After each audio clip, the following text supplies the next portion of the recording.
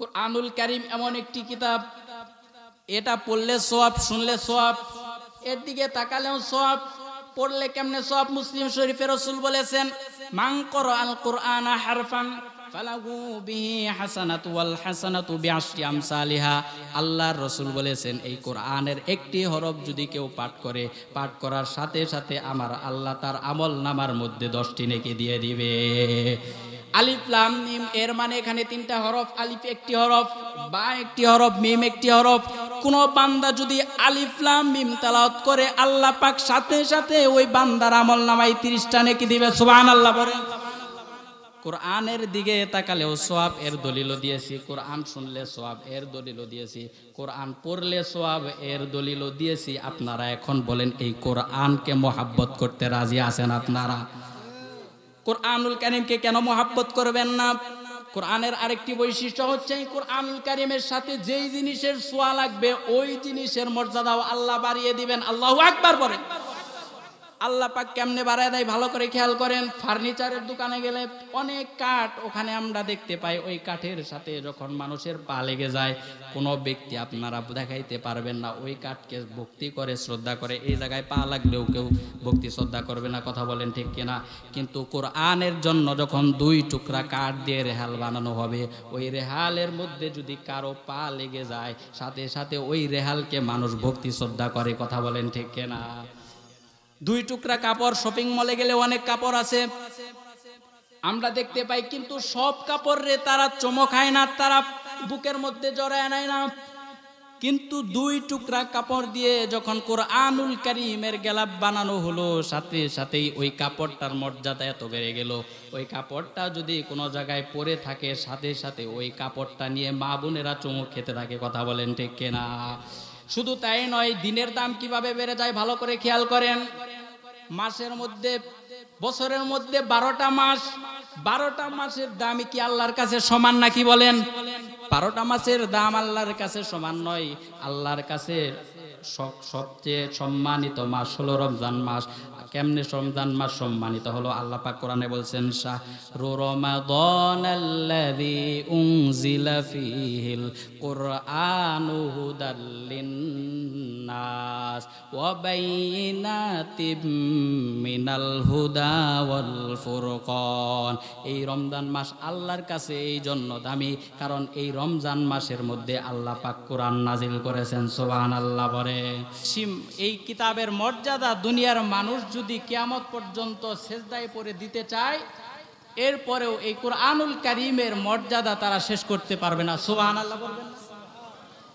কোরআনুল কারীম পৃথিবীর এমন একটি কিতাব যা 24টা ঘন্টার প্রত্যেকটা মিনিটের প্রত্যেকটা সেকেন্ডে আল্লাহর বান্দারা তেলাওয়াত করে। সুবহানাল্লাহ।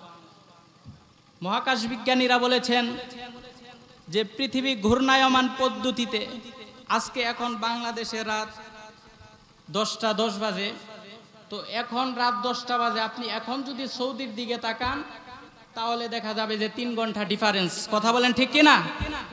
আপনি যদি অন্য কোনো দেশের দিকে তাকান দেখবেন 2 ঘন্টা 3 ঘন্টা 5 ঘন্টা 7 ঘন্টা ডিফারেন্স। এখন যদি বাংলাদেশে যেমন আজকে রাত 10টা বাজে, আমেরিকার দিকে তাকালে বাংলাদেশের রাত 10টা, আমেরিকাতে দিন 10টা, কথা বলেন ঠিক কিনা? তো পৃথিবীর যে ঘূর্ণায়মান পদ্ধতি, যেই সিস্টেম আছে, এই সিস্টেম অনুযায়ী বিজ্ঞানীরা, মহাকাশ বিজ্ঞানীরা বলেছেন যে পৃথিবীর প্রত্যেকটা দেশের কোনো না জায়গায়, কোনো না অঞ্চলে আজান হয়, আজানের পরে একামত হয়, একামতের পরে নামাজ হয়। এখন আপনারা বলেন, নামাজ থেকে কেউ যদি বুখারী শরীফ থেকে তেলাওয়াত করে তার নামাজ হবে? নামাজের মধ্যে যেই কিতাব থেকে পড়তে হয় সেই কিতাবের নাম কি? আল কোরআন। তাহলে কোরআন এমন একটি কিতাব, যেই কিতাব আল্লাহর বান্দারা 24 ঘন্টার প্রত্যেকটা মিনিটের প্রত্যেকটা সেকেন্ডেই পৃথিবীর কোনো না কোনো প্রান্তে আল্লাহর বান্দারা তেলাওয়াত করে। সুবহানাল্লাহ। এটা হচ্ছে এমন একটা দামি কিতাব। এই কোরআনুল কারীমের মর্যাদা সম্পর্কে কিছু কথা বলবো, এরপরে ইনশাআল্লাহ পরকারে মানুষ কি জন্য আফসোস করতে পারে আর তাদের আফসোসের ধরন কি হতে পারে সেই বিষয়ে কিছু আলোচনা করার চেষ্টা করব। ওমা তাওফিকি ইল্লা বিল্লাহ। সকলে বলেন আমিন। কোরআনুল কারীমের শুরুতে আল্লাহ পাক বলেছেন, জালিকাল কিতাব লা রাইবা ফি হুদাল লিল মুত্তাকিন। আল্লাহ পাক এমন একটি কিতাব নাজিল করেছেন, পৃথিবীতে এমন কোনো বই, এমন কোনো গ্রন্থ খুঁজে পাবেন না যে বইয়ের মধ্যে তার গ্রন্থ বা লেখক এই কথা বলে যে এই বইয়ের মধ্যে কোনো ভুল নাই, কোনো সন্দেহ নাই, এই ভুল আপনারা ধরতে পারবেন না। কিন্তু কোরআন এমন একটি কিতাব, যেই কিতাব আপনারা শুরুতেই যদি পড়া শুরু করে দেন, আলিফ লাম মিম যালিকাল কিতাবুল লা রাইবা ফি হুদাল লিল মুত্তাকিন, এই কিতাবের শুরুতেই আল্লাহ পাক বলতেছেন যে এটা এমন কিতাব, এই কিতাবের মধ্যে সন্দেহ আছে তো দূরের কথা, এই ব্যাপারেও কেউ সন্দেহ করতে পারবে না। সুবহানাল্লাহ। এমন একটি কিতাব, কিন্তু এই কিতাবের মধ্যে যে সন্দেহ নেই, এরপরেও কিছু মানুষ এই কুরআনুল কারীমকে ভুল ধরার জন্য এই পৃথিবীতে কুরআনের পিছে লালায়িত আছে। এরকম একজন ব্যক্তি ডক্টর মরিস বুকাইলি, আপনার ফ্রান্সের যে প্রেসিডেন্ট ছিলেন 1981 সাল থেকে 1995 সাল পর্যন্ত ফ্রান্সের প্রেসিডেন্ট ছিলেন ফ্রাঁসোয়া মেদ্রা। তার শাসনামলে মিশরের সরকারের কাছে চিঠি লিখলেন যে ফেরাউনের লাশকে গবেষণার জন্য ফ্রান্সের রাজধানী প্যারিসে পাঠিয়ে দেওয়া হোক। তো মিশরের সরকার রাজি হয়ে ফেরাউনের লাশকে গবেষণার জন্য যখন ফ্রান্সে পাঠিয়ে দিল, তখন গবেষণা যখন শুরু হবে, গবেষণা টিমের প্রধান ছিলেন ডক্টর মরিস বুকাইলি। তো উনি ফেরাউনের লাশ গবেষণা করতেছেন। উনি বলতেছেন যে কিভাবে ফেরাউনের লাশ এতদিন মমি ছাড়া, কোনো প্রকার মেডিসিন ছাড়া তাকে জাদুঘরের মধ্যে রাখা হলো, কিন্তু পচল না। এই গবেষণা উনি করতেছেন। সাথেই একজন মুসলমান ব্যক্তি ছিল, উনি বলতেছে ফেরাউনের লাশ যে কিয়ামত পর্যন্ত শুটকি বানিয়ে রাখা হবে আর তার লাশকে যে নিদর্শন বানিয়ে রাখা হবে, এটা মুসলমানদের ধর্মীয় গ্রন্থ সূরা ইউনূসের 90 নম্বর আয়াতে আল্লাহ বলে দিয়েছেন। আল্লাহু আকবার। ডক্টর মরিস বুকাইলি বলতেছে এটা কেমন কিতাব, এই কিতাবের মধ্যে ফেরাউনের এই যে তথ্য আমরা গবেষণা করে বাহির করলাম, এই তথ্য আমরা কেবল যেটা বাহির করলাম কোরআনের মধ্যে, এই তথ্য কিভাবে আসতে পারে? কোরআন নিয়ে আসো দেখি। কোরআন যখন তার কাছে আনা হলো, কোরআনুল কারীম গবেষণা শুরু করে দিলেন। কোরআনুল কারীমের ভুল ধরার জন্য কোরআনের গবেষণা শুরু করে দিল। কোরআনুল কারীম যেহেতু আরবি ভাষায় নাজিল হয়েছে, সে তো আরবি ভাষা জানে না, এই জন্য সে তার মাদার ল্যাঙ্গুয়েজ ফ্রেঞ্চ ল্যাঙ্গুয়েজে কোরআনকে ট্রান্সলেট করে পড়া শুরু করে দিল। কোরআন যখন ফ্রান্স ল্যাঙ্গুয়েজে পড়া শুরু করে দিল, কোরআনের কোনো ভুল ধরতে পারল না। এবার সে ইন্টারন্যাশনাল ল্যাঙ্গুয়েজ কুরআনুল কারীম ইংলিশ ল্যাঙ্গুয়েজে পড়া শুরু করলো। এরপরেও কুরআনুল কারীমের কোনো ভুল ধরতে পারলো না। অবশেষে ডক্টর মরিস বুকাইলি সিদ্ধান্ত নিল, কুরআন যেহেতু আরবি ভাষায় নাজিল হয়েছে, এই জন্য আমি যদি আরবি ভাষা শিক্ষা করতে পারি তাহলে কুরআনের ভুল আমি ধরেই ছাড়বো। আরবি ভাষা সে শিক্ষা করলো। শিক্ষা করার পর কুরআনুল কারীমের বিসমিল্লাহর বা থেকে সূরা নাসের সিন পর্যন্ত পুরা কোরআনটাই সে পড়লো আর বুঝলো আর গবেষণাও করলো। কোরআনের কোনো ভুল ধরতে পারলো না।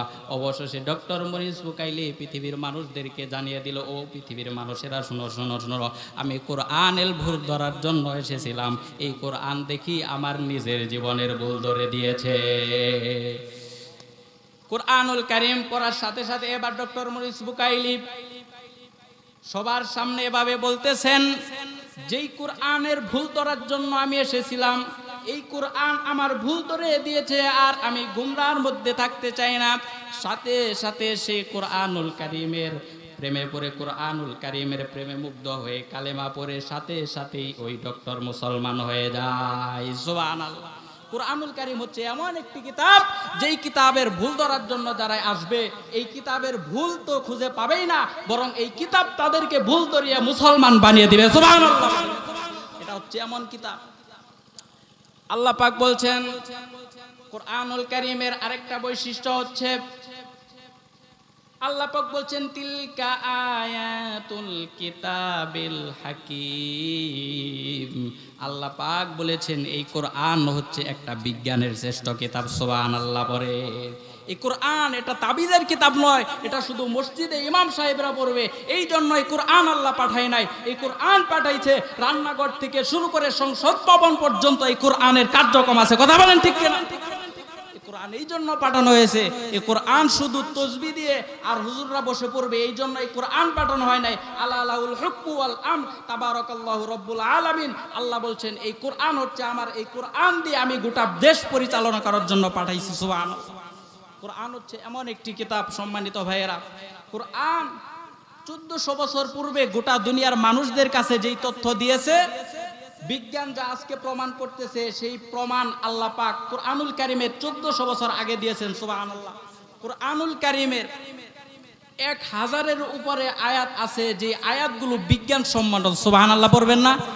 এই আয়াতগুলো গবেষণা করে বিজ্ঞানীরা তাদের নিত্য নতুন আবিষ্কার করছে, কিন্তু আজকে এই মুসলমানরা আমরা এই কোরআন থেকে দূরে। কথা বলেন ঠিক কিনা? কুরআনুল কারীম এই বিজ্ঞানের একটা শ্রেষ্ঠ কিতাব। দুইটা উদাহরণ দিলে ভালো করে বুঝবেন। বিজ্ঞানীদের মধ্যে বহুকাল ধরে সমস্যা ছিল যে আসলে পৃথিবী ঘুরে নাকি সূর্য ঘুরে নাকি চন্দ্র ঘুরে।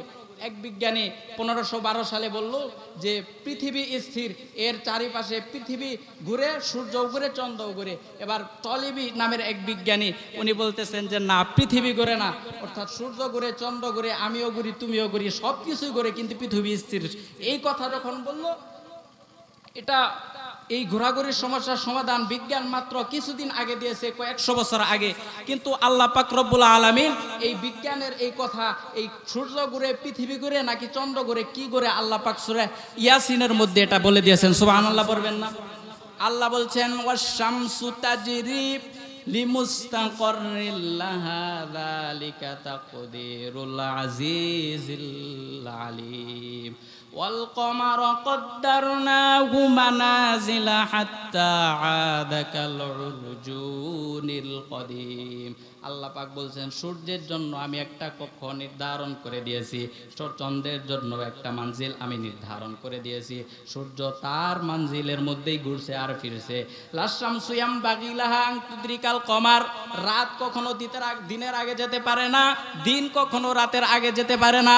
তারা সূর্য আর চন্দ্র তারা নিজের আপন কক্ষপথেই ফিরছে আর পরিভ্রমণ করছে। সুবহানাল্লাহ বলে। বিজ্ঞান কিছুদিন আগে দিয়েছে এই তথ্য, কিন্তু আল্লাহ পাক 1400 বছর আগে কোরআনে এটা দিয়েছেন। সুবহানাল্লাহ পড়বেন না? আরো একটা উদাহরণ দিলে ভালো করে বুঝবেন। আমাদের একজনের ফিঙ্গারপ্রিন্টের সাথে আরেকজনের ফিঙ্গারপ্রিন্ট মিল নাই, এটা বিজ্ঞান জেনেছে কখন আপনি জানেন? মাত্র 1856 সালে ব্রিটিশ বিজ্ঞানী উইলিয়াম হার্সাল মানব দেহের উপরে গবেষণা করে এই তথ্য বাহির করেছে যে মানুষের একজনের ফিঙ্গারপ্রিন্টের সাথে আরেকজনের ফিঙ্গারপ্রিন্ট মিল নেই। কিন্তু আল্লাহ পাক রব্বুল আলামিন এই তথ্যটাই দুনিয়াবাসীদেরকে কুরআনুল কারীমে 1400 বছর আগে দিয়েছেন। সুবহানাল্লাহ পড়বেন না? আল্লাহ সূরা কিয়ামার মধ্যে বলছেন আয়াহসাবুল ইনসানু আল্লান নাজমা'a 'ইযামা বালা কাদিরিনা আলা আন নুসাউইয়া বানানা। আল্লাহ পাক পরকাল বিশ্বাসী মানুষদেরকে বলছেন, মানুষেরা কি ধারণা করেছে নাকি, তারা কি চিন্তা করেছে নাকি যে আমি মৃত্যুর পরে তাদেরকে আবার জীবিত করতে পারবো না?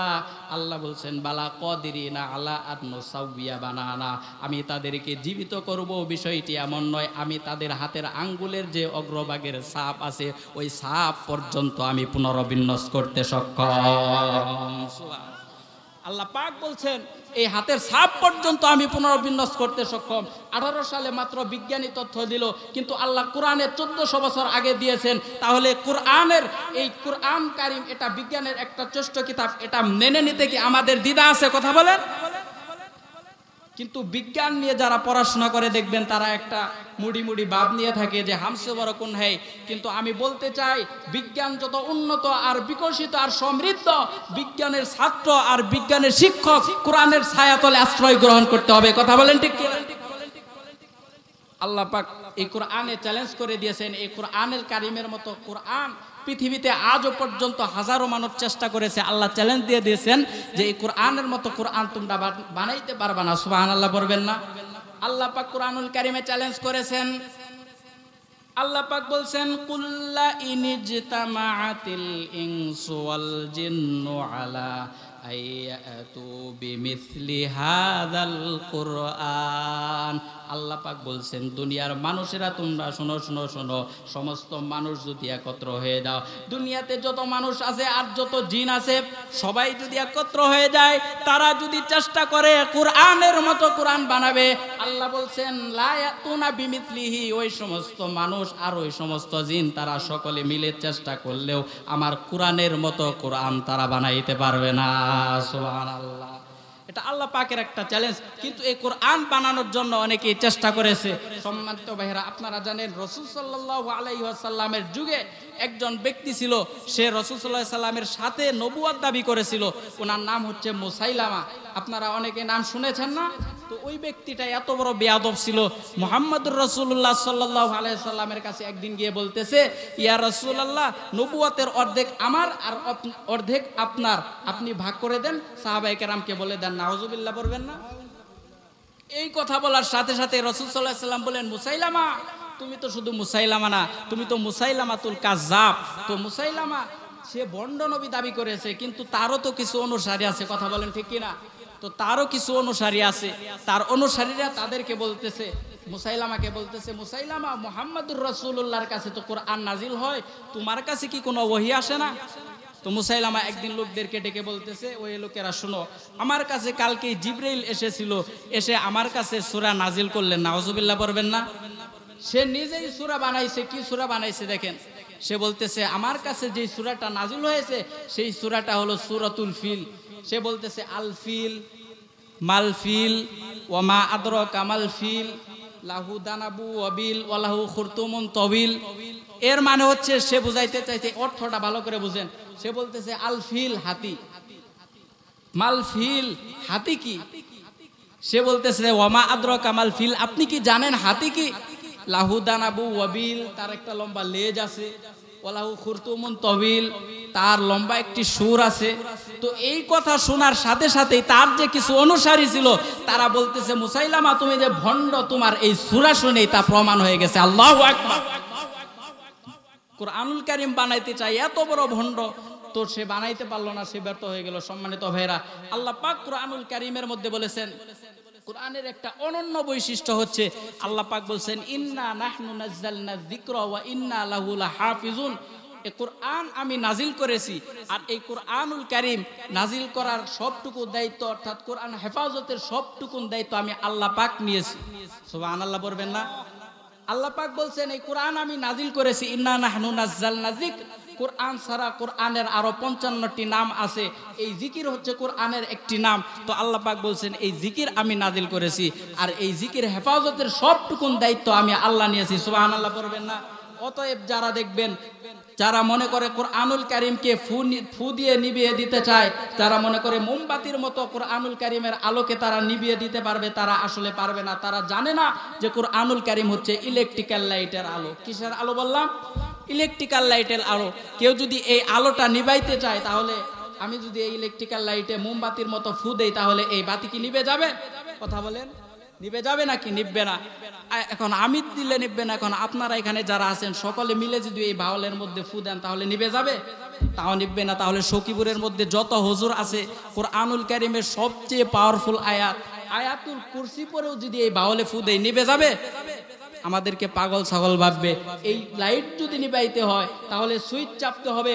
কোরআন যদি বন্ধ করতে চাও, কোরআনের সুইচ চাপতে হবে। কোরআনের সেই সুইচ আল্লাহ পাক কোন নবী, কোন রাসূল, কোন ওলি, কোন আউলিয়া, কোন মানুষের হাতে দেয় নাই। সুইচ আল্লাহ পাক নিজের হাতে রেখে দিয়েছেন। সুবহানাল্লাহ বলবেন? আল্লাহ পাক নিজের হাতে রেখে দিয়েছেন। অতএব কোরআনের যারা বন্ধ করতে চাইবে, তারা শুধু বাংলাদেশ নয়, সারা পৃথিবী থেকে নিভে যাবে। এরপরেও আল্লাহর কোরআন মাথা উঁচু করে কিয়ামত পর্যন্ত থাকবে। কথা বলেন ঠিক কিনা? এটা আল্লাহর ওয়াদা। আল্লাহ পাক বলেছেন, ইন্না নাহনু নাযালনা যিকর। এই কোরআন তো আমি নাজিল করেছি, এই কোরআন হেফাজতের দায়িত্ব আমি আল্লাহর। সুবহানাল্লাহ পড়বেন না? কোরআনুল কারীমের আরেকটি বৈশিষ্ট্য হচ্ছে, কোরআনুল কারীমের দিকে যদি কোনো বান্দা তাকায়, তাহলেও সওয়াব। কোরআন যদি কেউ ব্যক্তি শুনে, কোনো ব্যক্তি শুনে, এরপরেও সওয়াব। আর কোরআন যদি পড়ে, তাহলে আল্লাহ পাক তার আমলনামার মধ্যে সওয়াব দিয়ে দিবে। সুবহানাল্লাহ। কোরআনের দিকে তাকালে কেমনে সওয়াব? আল্লাহর নবী সাল্লাল্লাহু আলাইহি ওয়াসাল্লাম বলেছেন, আন-নাযরু ইলা সালাসাতু ইবাদাত। 3 জিনিসের দিকে তাকানোর সাথে সাথে আমার আল্লাহ তার আমলনামার মধ্যে নেকি দিয়ে দেয়। আন-নাযরু ইলাল কাবাতি ইবাদা। বিশ্বনবী বলেছেন, ওই কাবার গেলাফ, ওই কাবার দিকে যদি কেউ মায়ার নজরে তাকায়, আল্লাহ পাক তার আমলনামার মধ্যে নেকি দিয়ে ফিল আপ করে দিবে। আল্লাহর রাসূল সাল্লাল্লাহু আলাইহি সাল্লাম বলেন, আন-নাযরু ইলাল ওয়ালিদাইনি ইবাদা। আল্লাহর রাসূল বলেছেন, দুনিয়াতে যার পিতা মাতা বৃদ্ধ, আর তাদের চেহারার মধ্যে যদি কেউ মায়ার নজরে তাকায়, আল্লাহ পাক বলেন ওই সন্তানের আমল নামার মধ্যে আল্লাহ পাক নেকি দিয়ে ফিল আপ করে দিবে। সুবহানাল্লাহ। আর 3 নাম্বার হচ্ছে আন-নাজরু ইলাল মাসহাফ ইবাদা। এই পবিত্র কোরআনের দিকে যদি কেউ তাকায় মায়ার নজরে, আল্লাহ পাক তার আমল নামার মধ্যেও নেকি দিয়ে ভরপুর করে দিবে। কোরআনের দিকে তাকালে সওয়াব, কোরআন শুনলে সওয়াব। কেমনে সওয়াব? আল্লাহ পাক কোরআনুল কারীমের মধ্যে বলছেন, ওয়া ইযা কুরিআল কুরআনু ফাসতামিউ লাহু ওয়া আনসিতু লাআল্লাকুম তুরহামুন। আল্লাহু আকবার। আল্লাহ বলছেন এই কোরআন যখন তোমাদের মাঝে পাঠ করা হবে, ফাসতামিউ, তোমরা এই কোরআন শুনো, ওয়া আনসিতু, আর চুপ থেকে কোরআনটা শুনো, লাআল্লাকুম তুরহামুন। আর এইভাবে যদি কোরআন তোমরা শুনতে থাকো, আল্লাহ পাক তোমাদের উপর খুশি হয়ে না রহমত নাজিল করা শুরু করে দিবে। সুবহান। কোরআন শুনলে আল্লাহ পাক আমাদের উপর রহমত নাজিল করা শুরু করে দিবে। রাসূল সাল্লাল্লাহু আলাইহি সাল্লাম বলেছেন, লা ইয়াকুদু কওমু ইয়াযকুরুনাল্লাহা ইল্লা খাফফাতুহুমুল মালায়েকা ওয়া গাশিয়াতুহুমুর রাহমা ওয়া নাযালাত আলাইহিমুস সাকিনা। রাসূল বলেছেন যখন কোরআনের মাহফিল হয়, যে জায়গায় আল্লাহ পাকের আলোচনা হয়, ওই জায়গাটার মধ্যে ফেরেশতা নাজিল হয়। ফেরেশতা নাজিল হয়ে এই জায়গাটাকে বেষ্টন করে ফেলে। সুবহানাল্লাহ পড়বেন। ওয়া নাযালাত আলাইহিমুস সাকিনা। এরপরে ফেরেশতারা বেষ্টন করে ফেলার পর আল্লাহ পাক বলছেন ওই জায়গার মধ্যে আল্লাহ সাকিনা নামক রহমত নাজিল করতে থাকেন। সুবহানাল্লাহ পড়বেন না? তাহলে এটা রহমতের জায়গায় আমরা বসে আছি কিনা বলেন? কোরআনুল কারীম এমন একটি কিতাব, এটা পড়লে সওয়াব, শুনলে সওয়াব, এর দিকে তাকালেও সওয়াব। পড়লে কেমনে সওয়াব? মুসলিম শরীফে রাসূল বলেছেন, মান ক্বারাআল কুরআনা হারফান ফালাহু বিহি হাসানাতু ওয়াল হাসানাতু বিআশরি আমসালিহা। আল্লাহর রাসূল বলেছেন এই কোরআনের একটি হরফ যদি কেউ পাঠ করে, পাঠ করার সাথে সাথে আমার আল্লাহ তার আমল নামার মধ্যে 10টি নেকি দিয়ে দিবে। আলিফ লাম মিম, এর মানে এখানে 3টা হরফ। আলিফ একটি হরফ, বা একটি হরফ, মিম একটি হরফ। কোন বান্দা যদি আলিফ লাম মিম তেলাওয়াত করে, আল্লাহ পাক সাথে সাথে ওই বান্দার আমল নামায় 30টা নেকি দিবে। সুবহানাল্লাহ বলেন। কোরআনের দিকে তাকালেও সওয়াব, এর দলিলও দিয়েছি। কোরআন শুনলে সওয়াব, এর দলিলও দিয়েছি। কোরআন পড়লে সওয়াব, এর দলিলও দিয়েছি। আপনারা এখন বলেন এই কোরআনকে মহব্বত করতে রাজি আছেন আপনারা? কোরআনুল কারীমকে কেন মহব্বত করবেন না? কোরআনের আরেকটি বৈশিষ্ট্য হচ্ছে এই কোরআনুল কারীমের সাথে যেই জিনিসের ছোঁয়া লাগবে ওই জিনিসের মর্যাদাও আল্লাহ বাড়িয়ে দিবেন। আল্লাহু আকবার বলেন। আল্লাহ পাক কেমনে বাড়ায় দেয় ভালো করে খেয়াল করেন। ফার্নিচারের দোকানে গেলে অনেক কাঠ ওখানে আমরা দেখতে পাই, ওই কাঠের সাথে যখন মানুষের পা লেগে যায়, কোনো ব্যক্তি আপনারা দেখাইতে পারবেন না ওই কাঠকে ভক্তি করে, শ্রদ্ধা করে। এই জায়গায় পা লাগলেও কেউ ভক্তি শ্রদ্ধা করবে না, কথা বলেন ঠিক কিনা? কিন্তু কোরআনের জন্য যখন 2 টুকরা কাঠ দিয়ে রেহাল বানানো হবে, ওই রেহালের মধ্যে যদি কারো পা লেগে যায়, সাথে সাথে ওই রেহালকে মানুষ ভক্তি শ্রদ্ধা করে, কথা বলেন ঠিক কিনা? 2 টুকরা কাপড়, শপিং মলে গেলে অনেক কাপড় আছে আমরা দেখতে পাই, কিন্তু সব কাপড় রে তারা চমকায় না, তারা বুকের মধ্যে জড়ায় নেয় না। কিন্তু 2 টুকরা কাপড় দিয়ে যখন কোরআনুল কারীমের গেলাপ বানানো হলো, সাথে সাথেই ওই কাপড়টার মর্যাদা এত বেড়ে গেল।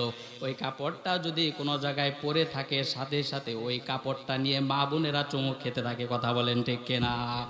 শুধু তাই নয়, দিনের দাম কিভাবে বেড়ে যায় ভালো করে খেয়াল করেন। মাসের মধ্যে, বছরের মধ্যে 12টা মাস, 12টা মাসের দাম কি আল্লাহর কাছে সমান নাকি বলেন? 12টা মাসের দাম আল্লাহর কাছে সমান নয়। আল্লাহর কাছে সবচেয়ে সম্মানিত মাস হলো রমজান মাস।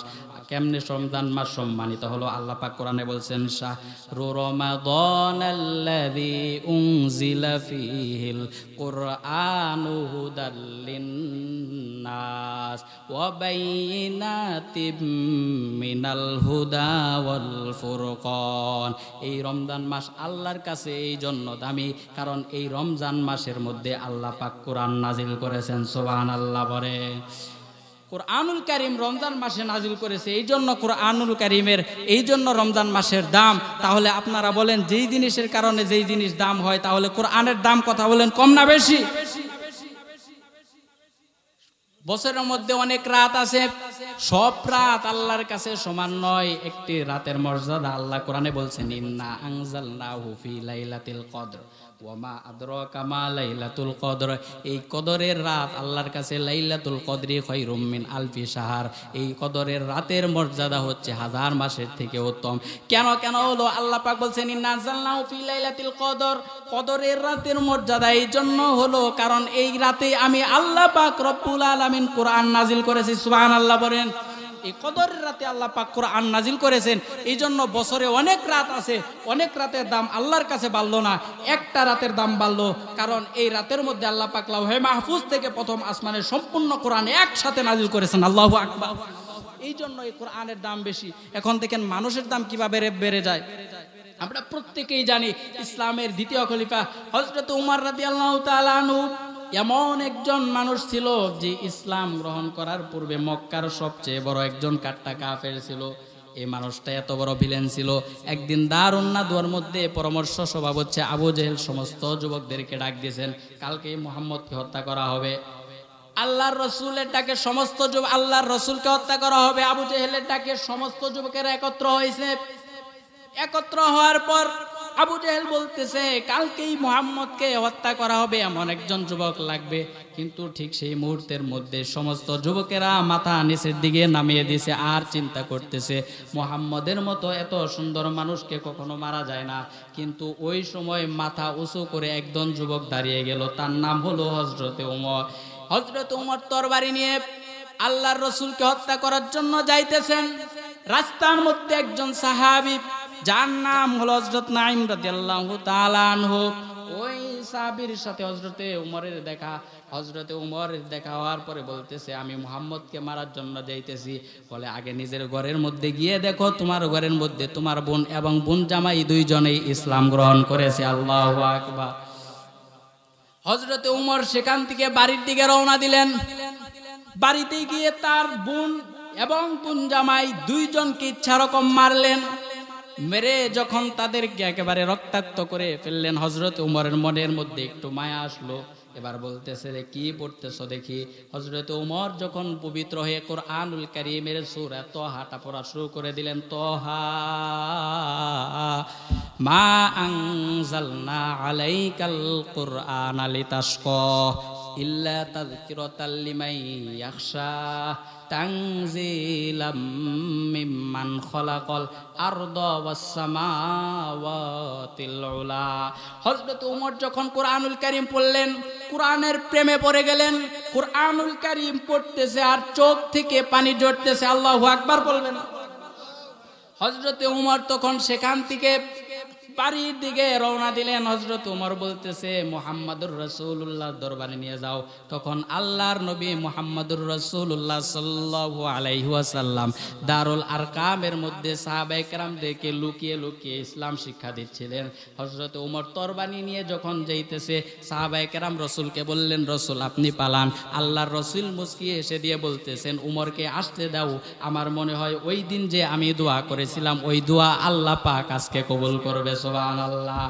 হযরত উমর রাসূলের কাছে এসে সাথে সাথে তরবারিটা মাটির কাছে রেখে বলতেছে, ইয়া রাসূলুল্লাহ, ইয়া হাবিবাল্লাহ, আমি সাক্ষ্য দিচ্ছি, আশহাদু আল্লা ইলাহা ইল্লাল্লাহু ওয়াহদাহু লা শারীকা লাহু ওয়া আশহাদু আন্না মুহাম্মাদান আবদুহু ওয়া রাসূলুহু। হযরত কালেমা পড়ে হযরত ওমর কালেমা পড়ে মুসলমান হয়ে গেল। সাথে সাথে তার মর্যাদা, তার সম্মান কি পরিমাণে বেড়ে গেল।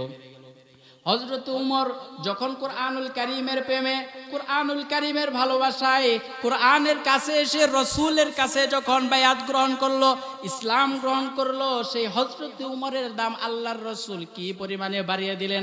আল্লাহর রসুল হাদিসের মধ্যে বলতেছেন, লা নাবিয়্যা মিন বাদি ওয়ালা রাসূলা লাউ কানা মিন বাদি নাবিয়্যুন লাকানা উমর। আমার পরে কোনো নবী নাই, রসুল নাই, আমার পরে যদি নবী হতো তাহলে আমার উমর বিশ্ব নবী হয়ে যেত। আল্লাহু আকবার। শুধু কি তাই, হযরতে উমর কোরআনের কারীমের কাছে আসার কারণে তার মর্যাদা এত বেড়ে গেল। আল্লাহর নবী সাল্লাল্লাহু আলাইহি ওয়াসাল্লাম মৃত্যুর আগেই 10 জন সাহাবীকে আশারায়ে মুবাশশারা বলা হয়। 10 জনকে জান্নাতের সার্টিফিকেট দিয়েছেন। তাদের মধ্যে থেকে হযরত ওমর হচ্ছে দ্বিতীয় নাম্বার লৌহ মানব, পরস্পরে পরিণত হয়ে আল্লাহর জান্নাতের সার্টিফিকেট নিয়ে বিদায় হয়েছে। সুবহানাল্লাহ। এটা হযরত ওমর কোরআন থেকে কি দূরে সরে যাওয়ার কারণে, নাকি সূরানুল কারীমের তেলাওয়াত শুনে কোরআনের কাছে এসে রাসূলের কাছে বায়াত গ্রহণ করার কারণে এই মর্যাদা? কথা বলেন ঠিক কিনা? সর্বশেষ কোরআনের কাছে আসলে এর মর্যাদা আল্লাহর কাছে এত বেড়ে যায় যে জান্নাতের সার্টিফিকেট নিয়ে যেন সে দুনিয়া থেকে বিদায় হলো। সুবহানাল্লাহ পড়বেন না? সম্মানিত ভাইরা, কোরআনুল কারীমের কয়েকটা বৈশিষ্ট্য আপনাদের মাঝে বললাম, এখন আর বলার সময় নাই। এখন আমি আপনাদের মাঝে যেই বিষয়টা বলতে চাই সেটা হচ্ছে আমাদের সকলের মৃত্যু হবে কি হবে না? কথা বলেন। পৃথিবীতে এমনও বাদশা ছিল যারা গোটা পৃথিবী শাসন করেছে।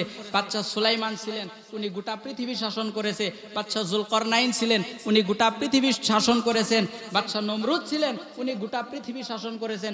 বখতে নাসর ছিলেন, উনিও গোটা পৃথিবী শাসন করেছেন। এই 4 জন বাদশারই মৃত্যু হয়েছে কি হয় না? এই কথা বলেন। তাহলে আমাদেরও হবে কি হবে না? আমাদেরও মৃত্যু হবে। তাহলে মৃত্যুর পর আমাদের এমন কিছু আফসোস থাকবে যেগুলো তখন আফসোস করে কি কোনো লাভ হবে? কথা বলেন। কিন্তু এখন যদি আমরা আফসোস করি তাহলে আমাদের কাজটা যদি আপনি করতে পারেন তাহলে আপনার অনেক ফায়দা হবে, অনেক ফায়দা হবে। আপনি ওই কাজ অনুযায়ী যদি আমল করতে পারেন তাহলে মরার পরে আপনার ওই আফসোসগুলো করা লাগবে না। মানুষ কি আফসোস করবে আল্লাহ সেই কোরআনুল কারীমের মধ্যে বলে দিয়েছেন। সুবহানাল্লাহ পড়বেন না?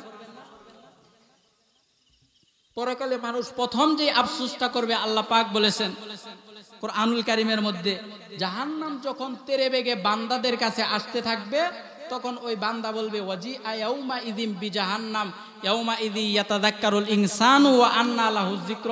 জাহান্নাম যখন তেরে বেগে তাদের কাছে আসতে থাকবে তখন ওই বান্দা বলবে যে ইয়াকুলু ইয়া লাইতানি কদ্দামতু লি হায়াতি, হায় আফসোস, দুনিয়াতে আল্লাহ পাক আমাকে এজন্য কি পাঠিয়েছিলেন যে দুনিয়াটা অনর্থক, আমাকে নষ্ট করতে হবে। আল্লাহ তখন বান্দা বলবে যে ইয়াকুলু ইয়া লাইতানি কদ্দামতু লি হায়াতি, হায় আমার হায়াত যদি আমি কাজে লাগাইতাম, 60 বছর পাইছিলাম, ওই 60 বছর সময় যদি আমি দুনিয়াতে কাজে লাগাইতাম তাহলে আজকে হয়তোবা আল্লাহ পাক সাথে সাথে আমাকে জান্নাত দিয়ে দিত। সুবহানাল্লাহ পড়বেন না? কিন্তু আমাকে বলেন তখন কি আপনার আফসোস করে কোনো লাভ হবে? তখন কি কোনো লাভ হবে? কোনো লাভ হবে না। আপনাকে আমলনামা ভারী করতে হবে। আমলনামা ভারী করার জন্য আপনার দুনিয়ার কোনো কাজ বন্ধ করা জরুরি না। দুনিয়ার কোনো কাজ আপনাকে বন্ধ করতে হবে না। আমি বলবো আপনি রাস্তা দিয়ে হাঁটতেছেন, আপনি জান্নাতের মধ্যে গাছ লাগাইতে থাকেন। আমি বলবো আপনি রিক্সা দিয়ে যাচ্ছেন, রিক্সা চালাচ্ছেন, আপনি জান্নাতের মধ্যে গাছ লাগাইতে থাকেন। আপনাকে বলবো আপনি অফিসের মধ্যে বসে আছেন, ফ্রি টাইমে আপনি জান্নাতের মধ্যে গাছ লাগাইতে থাকেন। আপনি কিভাবে জান্নাতের মধ্যে গাছ লাগাবেন?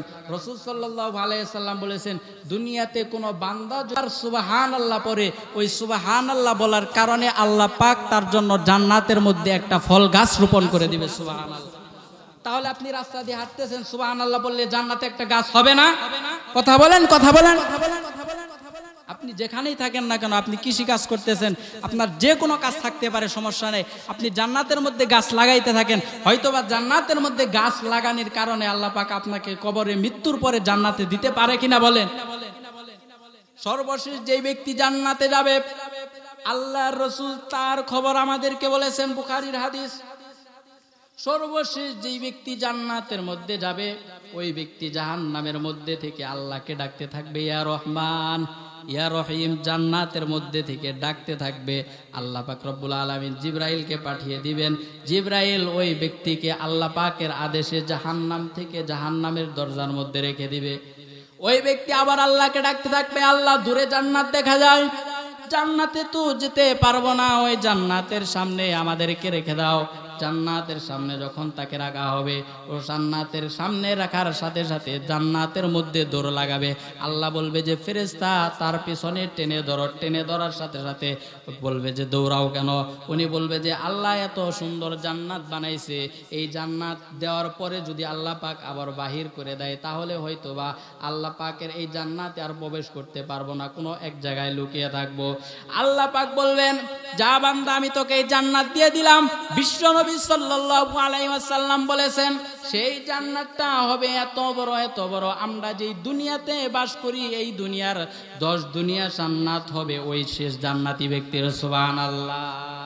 সেই জান্নাতি ব্যক্তির জান্নাত যদি এত বড় হয়, তাহলে আমি আর আপনি যদি আমল করে আল্লাহ পাক রব্বুল আলামিনের নৈকট্য অর্জন করে আল্লাহ পাকের কাছ থেকে মরার পরে জান্নাত নিতে পারি, তাহলে আমার আপনার জান্নাতটা কত বড় হতে পারে? কথা বলেন ঠিক কিনা? সেই জান্নাতটা কত বড় হতে পারে? এই জান্নাত পাইতে হলে এই সময়কে কাজে লাগাইতে হবে, সময়টাকে খুব ভালোভাবে ব্যবহার করতে হবে। ইয়াকুলু ইয়া লাইতানি কদ্দামতু লি হায়াতি, না হলে আপনি আফসোস করবেন যে হায় আফসোস, আমার সময়টা কি জন্য আমি অন্য কাজে খাটাইলাম, ইসলামের জন্য কেন খাটাইলাম না। এর চেয়ে সবচেয়ে বড় ভালো পদ্ধতি হচ্ছে আপনার জীবনটা যদি সুন্নত অনুযায়ী হয়ে যায়, তাহলে আপনার রাস্তা দিয়ে হাঁটতেছেন রাসূলুল্লাহ সাল্লাল্লাহু আলাইহি সাল্লামের পদ্ধতিতে, তাহলে এই রাস্তা দিয়ে হাঁটা এটাও আপনার ইবাদত। আপনি বিছানায় ঘুমাইতে যাচ্ছেন, বিছানায় ঘুমানো এটা যদি আপনি রাসূলুল্লাহর পদ্ধতিতে হয়, তাহলে এই বিছানার ঘুমটাও হবে আপনার জন্য ইবাদত। বিছানা ঝাড়ু দিতে হয়, আপনি প্রতিদিন বিছানা ঝাড়ু দেন, কিন্তু আপনি যদি রাসূলুল্লাহর পদ্ধতিতে আমার রাসূল বিছনা ঝাড়ু দিছে এই জন্য আমি বিছনা ঝাড়ু দিতেছি, তাহলে এই বিছনা ঝাড়ু দেওয়াটাও হবে ইবাদত। আপনি যদি টয়লেটে ঢুকেন আল্লাহর রাসূলের পদ্ধতিতে, তাহলে টয়লেটকে ঢোকাটাও হবে ইবাদত। সুবহানাল্লাহ বলবেন না? তাহলে আমরা রাসূলুল্লাহর পদ্ধতিতে আমাদের জীবনটাকে সাজাবো তো ইনশাআল্লাহ। এটা হচ্ছে এক নাম্বার আফসোস যে হায় আমার জীবনটা আমি কি কাজে ব্যয় করলাম। দুই নাম্বার আফসোস, আল্লাহর রাসূল সাল্লাল্লাহু আলাইহি ওয়াসাল্লাম কুরআনুল কারীম পড়ে শোনাচ্ছেন সাহাবেদেরকে, ইন্না আনযারনাকুম আযাবান করিবা ইয়াউমা ইয়ানজুরুল মারউ মা কদ্দামাত ইয়াদাহু ওয়া ইয়াকুলুল কাফিরু ইয়া লাইতানি কুনতু তুরাবা। তখন একদল মানুষ কিয়ামতের দিন আফসোস করে বলবে, আজকে যদি মাটি হয়ে যেতাম তাহলে আমাদের জন্য ভালো হয়ে যেত। তারা মাটি হতে যাবে। কেন মাটি হতে যাবে? মুসনাদে আহমদের হাদিসের মধ্যে আল্লাহর রাসূল সাল্লাল্লাহু আলাইহি ওয়াসাল্লাম বলেছেন, আল্লাহ পাক রব্বুল আলামিন কিয়ামতের দিন দুনিয়াতে যত পশু পাখি আল্লাহ পাক বানাইছিলেন সমস্ত পশু পাখিদেরকে একত্র করবেন। একত্র করার পর যেই পশুটা দুর্বল পশুর উপর জুলুম করেছিল তাকে সবল করে দেওয়া হবে, আর যে জুলুম করেছিল তাকে দুর্বল বানিয়ে দেওয়া হবে। তাকে জুলুম করানোর পর আল্লাহ পাক সব পশু পাখিদেরকে বলবেন কুনতু তুরাবা, এবার তোমরা মাটি হয়ে যাও। যখন ওই পশু পাখিদেরকে আল্লাহ পাক মাটি বানিয়ে দিবেন, কাফের বেঈমান মুশরিকরা মানুষগুলো এই অবস্থা দেখে তারা চিন্তা করবে, আজকে যদি আল্লাহ পাক আমাদেরকে মাটি বানায়া দিত, কিন্তু সেই সময় মাটি হওয়ার সুযোগ আছে নাকি? কথা বলেন, মাটি হওয়ার সুযোগ আছে কি কিয়ামতের দিন? কথা বলেন, মাটি হওয়ার সুযোগ নাই। আল্লাহ পাক সূরা কাহাফের মধ্যে আরো বিস্তারিত বলেছেন, ওয়াউদি আল কিতাবু ফাতারাল মুজরিমিনা মুশফিকিনা মিম্মা ফিহি ওয়া ইয়াকুলুনা ইয়া ওয়াইলাতানা মা লিহাযাল কিতাব লা ইউগাদিরু সগীরাতাও ওয়ালা কাবীরাতান ইল্লা আহসাহা। বান্দার কাছে যখন আমলনামা দেওয়া হবে তখন সে বলবে, এটা কেমন আমলনামা? লা ইউগাদিরু সগীরাতাও ওয়ালা কাবীরাতান ইল্লা আহসাহা। এর মধ্যে দেখি একটা ছোট গুনাহ ছুটে নাই, এর মধ্যে থেকে দেখি একটা বড় গুনাহ ছুটে নাই। এটা কেমন আমলনামা আমার কাছে দেওয়া হলো? ওয়াজাদু মা আমিলু হাদিরা, দুনিয়াতে যা কিছু করেছি ছোট গুনাহ হোক বড় গুনাহ হোক সবগুলোই দেখি এর মধ্যে দেওয়া আছে। তখন বান্দা আফসোস করতে থাকবে, আফসোস করতে থাকবে, হাই হাই এত গুনাহ করে ফেলেছি। কিন্তু আপনারা বলেন গুনাহ মাফের সুযোগ আছে না এখন? দুনিয়ার মানুষ একজন অপরাধীকে খুঁজে কি জন্য? তাকে শাস্তি দেওয়ার জন্য। কথা বলেন ঠিক কিনা? কিন্তু আমি আর আপনি এমন এক আল্লাহর গোলামি করি, এমন এক আল্লাহর ইবাদত করি যে আল্লাহ পাক রব্বুল আলামিন অপরাধীদেরকে খুঁজে মাফ করার জন্য। সুবহানাল্লাহ পড়বেন না সম্মানিত ভাইরা? আল্লাহ পাক বলেন, ওয়াসারিউ ইলা মাগফিরাতিম মির রাব্বিকুম ওয়া জান্নাতিন আরদুহাস সামাওয়াতু ওয়াল আরদ। আল্লাহ বলেন তোমরা ক্ষমার দিকে দৌড়াও। আপনাকে কেউ যদি কোনো ক্ষতি করে অথবা আপনার ভাইকে কেউ যদি মেরে ফেলে, তাহলে আপনি কি বলবেন যে আপনার ক্ষমার দিকে আসো, আমি তোমাকে ক্ষমা করে দেব? আপনি বলবেন না। কিন্তু আমরা এত গুনাহ এত অপরাধ আল্লাহর জমিনে করতেছি, এরপরেও আল্লাহ বলবে যে ওয়াসারিউ ইলা মাগফিরাতিম মির রাব্বিকুম, আমার ক্ষমার দিকে আসো, আমি তোমাকে মাফ করে দেব। সুবহানাল্লাহ পড়বেন না? আল্লাহ পাক রব্বুল আলামিন বান্দাকে মাফ করতে চান, কিন্তু আমি আপনি আল্লাহর কাছ থেকে মাফ নিতে পারি না। হাদিসের মধ্যে এসেছে আল্লাহ পাক রব্বুল আলামিন বলেন, ফা আলহামাহা ফুজুরহা ওয়া তাকওয়াহা, গুনাহ করার শক্তি আমি আল্লাহই দিয়েছি, কিন্তু আমারও একটা শক্তি আছে, আমার নাম গফফার। আল্লাহর নাম যে গফফার, এটা কি কোনো মানুষ রাখছে নাকি? বলেন, আল্লাহ পাক নিজেই তো রাখছেন যে তার নাম গফফার। অতএব এই গফফার নামের অর্থ কি? আল্লাহ তো ক্ষমাশীল। আল্লাহ পাক তো বলেই দিয়েছেন যে আমি গফফার, তাহলে আমরা কেন আল্লাহর কাছে ক্ষমা চাই না? হাদিসের মধ্যে এসেছে রাসূল সাল্লাল্লাহু আলাইহি ওয়াসাল্লাম বলেছেন, বান্দা যখন আল্লাহ পাক রব্বুল আলামিনের কাছে রব্বানা বলে ডাক দেয়, সাথে সাথে আল্লাহ পাক রব্বুল আলামিন বলেন, আয়ালামু আন্না আবদি আন্না লাহু রব, আমার বান্দার এতটুকু খবর আছে যে তার একজন রব আছে। আল্লাহ পাক ফেরেশতাদেরকে এই কথা বলবেন। আল্লাহ পাক ফেরেশতাদেরকে কেন এই কথা বলবেন? কারণ ফেরেশতারা বলেছিল, আল্লাহ পাক বলেন, আমি ফেরেশতাদেরকে বলেছিলাম, ওয়াইদ ক্বালা রাব্বুকা লিল মালাইকাতি ইন্নী জাইলুন ফিল আরদি খলিফা ক্বালু আতাজালু ফিহা মান ইউফসিদু ফিহা ওয়া ইয়াসফিকুদ দিমা। আমি ফেরেশতাদেরকে বলেছিলাম আমি দুনিয়াতে প্রতিনিধি বানাইতে চাই, কিন্তু তারা বলেছিল, কেন আপনি তাদেরকে বানাবেন? আমরাই তো আপনার তাসবিহ পাঠ করি। ক্বালু আতাজালু ফিহা মান ইউফসিদু ফিহা, আপনি যদি তাদেরকে বানান তাহলে বানানোর পর দুনিয়াতে এসে তারা অনেক অন্যায় করে ফেলবে, অনেক কিছুই তারা করে ফেলবে, রক্তপাত করে ফেলবে, খুনাখুনি করে ফেলবে। আমরা আপনার তাসবিহ পাঠ করি, তাদেরকে বানায়েন না। আল্লাহ বলে, ক্বালা ইন্নী আ'লামু মা লা তা'লামুন, আমি যা জানি তোমরা তা জানো না। এই জন্য ফেরেশতাদেরকে আল্লাহ বলবেন, ফেরেশতারা দেখো আমার বান্দা শুধু ভুল করে বসে থাকে না, ভুল করার সাথে সাথে আমি আল্লাহর কাছে ক্ষমা চাই। ফেরেশতারা তোমরা সাক্ষী থাকো, যেই গুনাহের কারণে আমার বান্দা আমার কাছে ক্ষমা চায়, ওই গুনাহ খাতাগুলো আমি তাকে মাফ করে দিলাম। সুবহানাল্লাহ। আপনি যদি বলেন যে আমার গুনাহের হিসাব নাই, আল্লাহ পাক হাদিসের মধ্যে বলে, লা উবালি, আমার কোনো পরোয়া নাই, বান্দা যদি আমার কাছে মাফ চায়, হক বলিবাদ বাদ দিয়ে সব আমি মাফ করে দেব। সুবহানাল্লাহ বলবেন না? সম্মানিত ভাইরা, আপনারা কি বিরক্ত হচ্ছেন নাকি? কথা শেষ করে দিব? তাহলে আপনাদের শোনার তো এরকম মনোযোগ আমি দেখতেছি না। যে কথা বলতেছিলাম, সম্মানিত ভাইরা, আল্লাহ পাক রব্বুল আলামিন আমাদেরকে অবশ্যই মাফ করে দিবেন। আপনি যদি গুনাহ করে কবরে যান, তাহলে এই জন্য আপনাকে অবশ্যই আফসোস করতে হবে যে গুনাহ নিয়ে কেন কবরে আসলাম। আল্লাহ পাক এত সুযোগ দিয়েছিলেন, গুনাহটা মাফ করাইতে কেন পারলাম না? দুনিয়াতে মাফ চাইলেই মাফ, কিন্তু আমরা মাফ করাইতে পারলাম না। শয়তান যখন আল্লাহকে বলেছিল, আল্লাহকে একটা চ্যালেঞ্জ করেছিল, শয়তান কেন বিতাড়িত হলো? আল্লাহ কোরআনে বলছেন, ওয়ালাকাদ খলাকনাকুম সুম্মা সাওয়ারনাকুম সুম্মা কুলনা লিল মালাইকাতি ইসজুদু লি আদামা ফাসাজাদু ইল্লা ইবলিস। আমি আদমকে সৃষ্টি করলাম, করার পর আমি তার বডির মধ্যে রূহ ফুঁকে দিলাম, আর তার স্ট্রাকচার আমি বানাইলাম। বানানোর পর আমি ফেরেশতাদেরকে বললাম আদমকে সিজদা করো, তারা সকলেই সিজদা করলো, কিন্তু ইবলিস সিজদা করলো না। আল্লাহ বলেন, ক্বালা মা মানাআকা আল্লা তাসজুদা ইয আমারতুক, আমি যখন তোকে সিজদা করতে বললাম তখন তোকে কোন জিনিস সিজদা করতে নিষেধ করলো?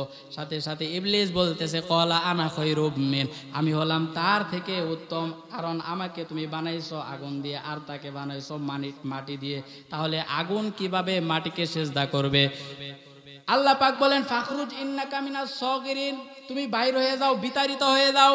শয়তান আল্লাহকে বলে, আল্লাহ সারা জীবন ইবাদত করলাম, এর বিনিময়ে কি আমাদেরকে কিছু দান করবেন না? আমাদেরকে কিছু দিবেন না? আল্লাহর কাছে শয়তান চাইছে, আল্লাহ আমাকে কিয়ামত পর্যন্ত হায়াত দিয়ে দেন। আল্লাহ পাক বললেন, দিয়ে দিলাম। শয়তান আল্লাহর কাছে চাইছে যে আমাকে চোখের পলকে দুনিয়া ঘোরার শক্তিটা দিয়ে দেন। আল্লাহ বলে, দিয়ে দিলাম। এবার সে বলতেছে, মানুষের রোগে শিরায় শিরায় আমি প্রবেশ করতে পারবো, এই ক্ষমতা দিয়ে দেন। আল্লাহ পাক বলে, দিয়ে দিলাম। যে কোনো কিছুর রূপ আমি ধারণ করতে পারবো, এটা আমাকে দিয়ে দেন, দিয়ে দিলাম। আল্লাহ পাকের কাছে বলবে, আল্লাহ আমাকে মানুষকে ধোঁকা দিতে পারি, এই জন্য আমাকে ক্ষমতা দেন। আল্লাহ পাক দিয়ে দিলেন। সাথে সাথেই আল্লাহ পাক যখন তাকে ক্ষমতা দিলেন, সাথে সাথেই ইবলিস আল্লাহর কাছে একটা চ্যালেঞ্জ করলো।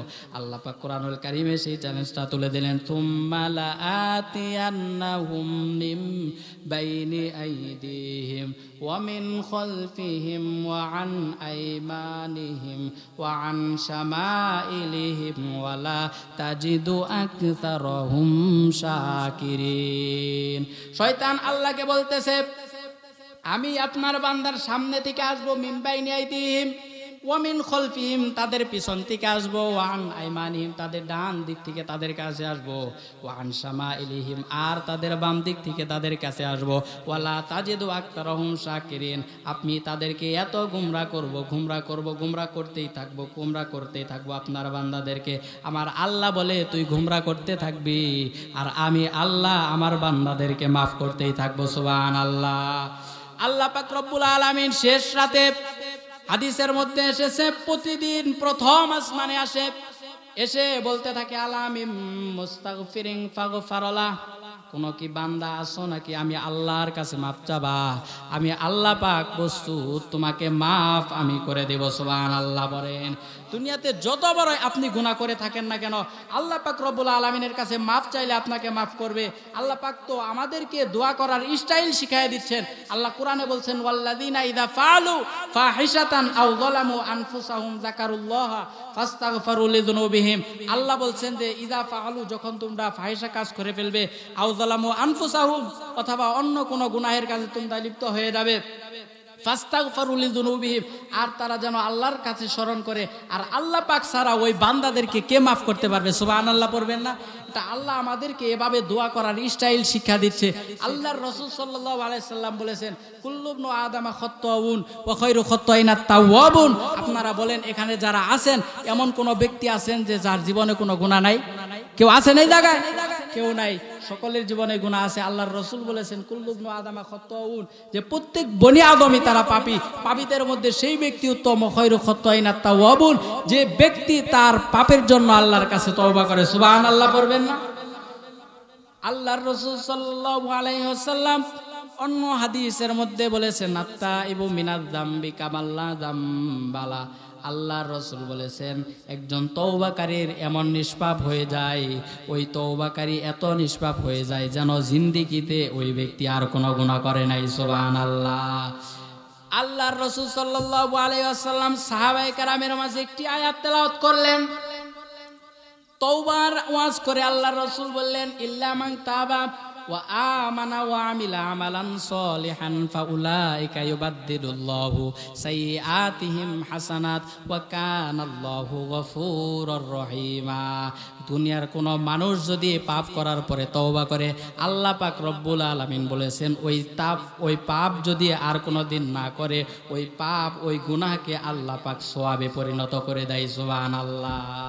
এই জন্য হযরত আবু বকর বলতেন আমার সারা জীবনের গুনাহ তুমি নিয়ে যাও, আর রাসূল সাল্লাল্লাহু আলাইহি ওয়াসাল্লামকে তুমি হত্যা করার জন্য গিয়েছিলে, এই হত্যা করার জন্য এটা এত বড় অপরাধ, এই অপরাধের তওবা তুমি যখন করেছিলে, আল্লাহ পাক এই অপরাধ যখন সওয়াবে পরিণত করে দিয়েছে, এই সওয়াবটা তুমি আমারে দাও আর সারা জীবনের গুনাহ নিয়ে যাও। সুবহানাল্লাহ। অতএব আমাদের যে গুনাহ আছে আমরা যদি তওবা করি, এই তওবার মাধ্যমে আর যদি আমাদের ওই গুনাহ সম্পাদন না হয়, তাহলে আল্লাহ পাক সাথে সাথে ওই গুনাহকে সওয়াবে পরিণত করে দিবেন। সুবহানাল্লাহ। এটা আল্লাহ তাআলার ওয়াদা। 2 নাম্বার আফসোস কবরে মানুষ করতে থাকবে, সেটা হচ্ছে গুনাহ নিয়ে কবরে যাওয়ার আফসোস। আল্লাহ আমাদেরকে সুযোগ দিয়েছেন মাফ চাওয়ার জন্য, এরপরেও যদি মাফ না চায়, এই গুনাহ অবস্থায় যদি কবরে যায়, সাথে সাথেই কিন্তু কবরের মধ্যে আগুন জ্বলে উঠবে। সম্মানিত ভাইয়েরা, আপনারা প্রস্তুত আছেন তো ইনশাআল্লাহ গুনাহ মাফ চাবেন আল্লাহর কাছে? ইনশাআল্লাহ কারা কারা আল্লাহর কাছে হাত তুলে দেখান, সকলে হাত নামান ইনশাআল্লাহ। আল্লাহর রাসূল সাল্লাল্লাহু আলাইহি ওয়াসাল্লাম বলেছেন কিয়ামতের দিন মানুষগুলো 3 নাম্বার যে আফসোসগুলো করবে, আল্লাহ কোরআনে তুলে দিয়েছেন সূরা কাহফে, ওয়ায়াকুলু ইয়া লাইতানি লাম উশরিক বিরাব্বি আহাদা। আল্লাহু আকবার। আল্লাহর রাসূল সাল্লাল্লাহু আলাইহি ওয়াসাল্লাম বলেছেন কিয়ামতের দিন আল্লাহ পাক একটা চাদরের ভিতরে মানুষদেরকে ডাক দিবেন, আর তাদের কিছু মানুষদেরকে আল্লাহ পাক জিজ্ঞাসা করবেন এই গুনাহ করছো নাকি? বলবে হ্যাঁ এই গুনাহ করছি। আল্লাহ পাক বলবেন তোকে মাফ করে দিলাম, জান্নাতের মধ্যে দিয়ে দিলাম। কিন্তু কিছু মানুষ দূর থেকে দাঁড়িয়ে দেখবে, আর তারা আফসোস করে বলবে ওয়ায়াকুলু ইয়া লাইতানি লাম উশরিক বিরাব্বি আহাদা, আজকে যদি আমার আমলনামার মধ্যে শিরিক না থাকতো, হয়তোবা আমিও আজকে তাদের মতো মাফ চেয়ে আল্লাহর জান্নাতে যেতে পারতাম। সুবহানাল্লাহ। তারা আফসোস করতে থাকবে আর বলবে হায় আফসোস, আমাদের আমলনামার মধ্যে তো শিরিক আছে। আল্লাহ পাক বলছেন ইন্নাল্লাহা লা ইয়াগফিরু আন ইউশরাকা বিহি ওয়া ইয়াগফিরু মা দুনা যালিকা লিমান ইয়াশা ওয়া মান ইউশরিক বিল্লাহি ফাকাদ ইফতারা ইসমান আযীমা। আল্লাহু আকবার। আল্লাহ বলছেন দুনিয়াতে যত গুনাহ তোমরা দেখো সমস্ত গুনাহ আমি আল্লাহ মাফ করতে পারি, কিন্তু এই শিরিকটা আল্লাহ পাক করছেন, এই শিরিকটা আমি আল্লাহ পাক রব্বুল আলামিন কোনোদিন মাফ করব না। তাহলে শিরিক কি আমাদের থাকা যাবে? কথা বলেন।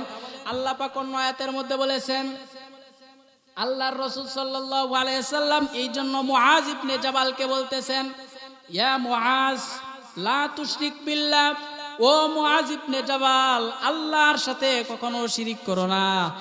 ওয়া ইন কুতিলতা ওয়া হুররিকতা, যদিও তোমাকে হত্যা করা হয়, কোনো কিডন্যাপার এসে যদি তোমাকে তুলে নিয়ে যায়, আর যদি বলে দেবীর সামনে মাথা নত করার জন্য, এরপরেও তুমি তাদের সামনে মাথা নত করবে না, তোমাকে হত্যা করা হোক, তোমাকে গুম করা হোক, তোমাকে ফাঁসির রশিতে ঝুলানো হোক, তোমার মাথার মধ্যে যদি অস্ত্র ধরা হয়, এরপরেও আল্লাহর সাথে শিরিক করবে না। আল্লাহর সাথে শিরিক না করে তোমার জীবনটা আল্লাহর রাস্তায় দিয়ে দিবে, তাহলে হয়তোবা আল্লাহ পাক তোমাকে কিয়ামতের দিন আল্লাহর জান্নাতে প্রবেশ করাবেন। সুবহানাল্লাহ।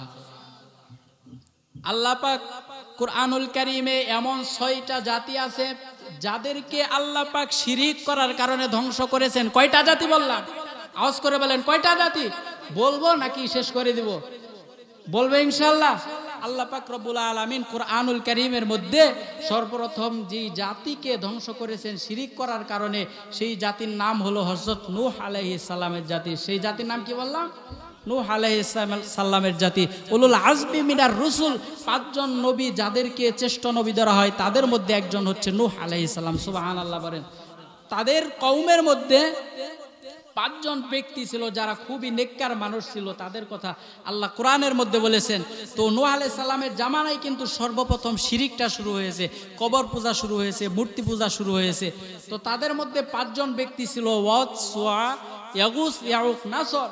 এই 5 জন ব্যক্তি তারা খুবই নেককার ছিল। ওনারা মারা যাওয়ার পরে ইবলিস শয়তান মানুষের রূপ ধারণ করে তাদের কাছে এসে বলতেছে, তোমাদের মধ্যে এমন কিছু ব্যক্তি ছিল যারা খুব আল্লাহওয়ালা ছিল, তোমরা তাদেরকে কেন স্মরণ করো না? তখন শয়তান তাদেরকে মানুষের রূপে এসে বলতেছে যে তোমরা তাদের 5 জনের মূর্তিগুলো বানাও না। আউযুবিল্লাহ পড়বেন না?